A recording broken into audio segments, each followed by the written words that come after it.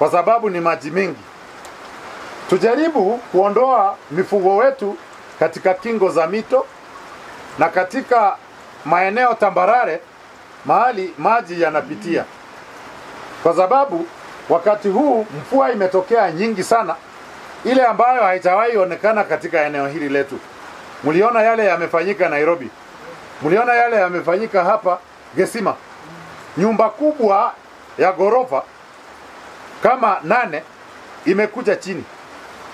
Kuna nyumba ambazo zimejengwa na sheria za kujenga hasikutumika. Kama hii nyumba tumepita pale, ukiangalia nyaya ambazo zimetumika kukorogea ni nyaya zenye size ndogo sana, kiasi kwamba haziwezi kuhimili uzito wa nyumba ile ambayo imeanguka pale.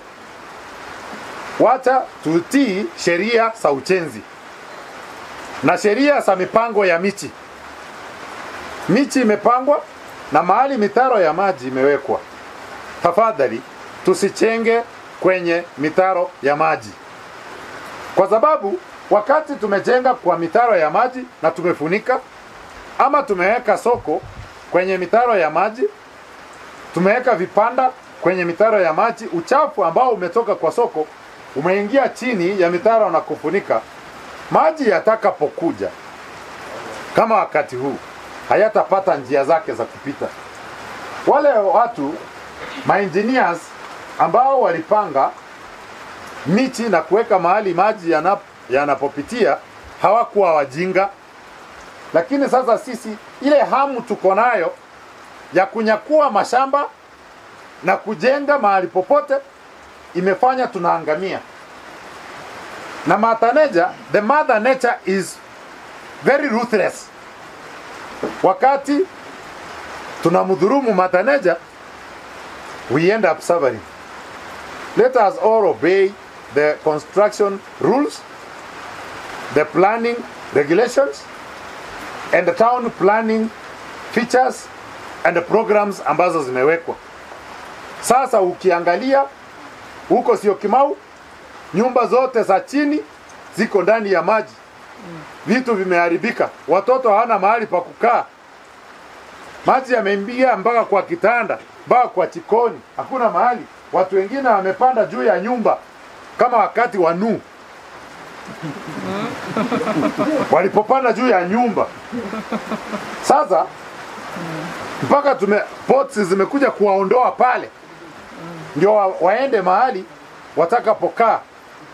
Hii ni kutotii sheria za wale waliochora ramani za miti yetu. Wakachora kwamba maji yatapita hapa, watu wakachukua wakanyakua shamba hiyo. The appetite some Kenyans have ya kunyakua mashamba hata mahali ambapo hapatakikani. Hata dams zimewekwa kuzuia maji ama kuchukua maji mengi ili yasiche kwa eneo la mashamba. Hapa Kijauri watu wamegawana damu na wamepewa title deeds. Menyenya damu imechukuliwa na watu wamenyakua. Hapa Mokomoni kuna damu pia imeenda, inaitwa Kitaru damu. Hata mtu ameweka hoteli resort juu ya maji na amepasua mitaro kuondoa maji. Sasa mvua imekuja, imeingia kwa hoteli yake vizuri sana. Wacha tutii sheria za upangaji wa miti. Sheria wale waliweka ramani kwamba hapa ni chemichemi, hapa ni kidimbwi cha maji, hapa ni mto. Tuachie maeneo hayo vile yalipangwa. Tunamshukuru rais wetu kwa kuchukua kipaumbele kwa kupanda miti. Amechukua nafasi ya kwanza, sisi tunamfuata. Ile miti amesema bilioni 15. Tunamhakikisha Rais William Ruto kwamba sisi hapa Nyamira tutachangia kufika hapo, kwa sababu sisi tutapanda milioni 4 kama kaunti. Hii milioni 4 na kaunti 47 akipanda miti kama milioni 4 ama zaidi, tutafikisha bilioni 15 yenye rais wetu ametupea tupande. Tunakushukuru kwa hayo endelea kutushika mikono, tupande miti, na rais tunakuuliza uwe mstari wa mbele kutusaidia kureclaim mashamba ya public land ambayo watu wamechukua, chemchemi ambazo watu wamenyakua. Tusaidie na National Land Commission, mashamba yale yarudi mahali yalikuwa, tupande miti kwa chemchemi ndio tusaidie watu. Nashukuru nyote mliohusika hapa leo na wale mmefika hapa. Tunapoondoka twende nyumbani tukiambia kila mtu kupanda miti ni wajibu wetu. Kupanda miti ni wajibu wetu. School and the officials from the county government, forestry department, and the conservator Nyamira and his team, Mr. Oko, we have planted 1,600 seedlings today. Each student, every student who came here has gone home with more than 5 seedlings. Wataenda wapande kwao.